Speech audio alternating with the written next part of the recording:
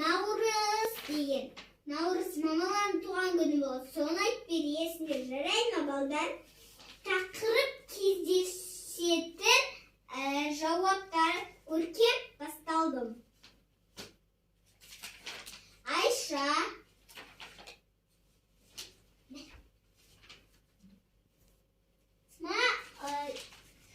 Асылым. Тут есеп шығарамыз. Бірі қыз ғана кетті. Айша. Асылым күшің ғой сен, е? Асылымға бер. Жарайды ма? Оқысын. Оны кемеді.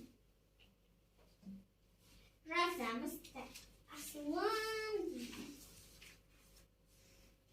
Сен тақсырмаң бар.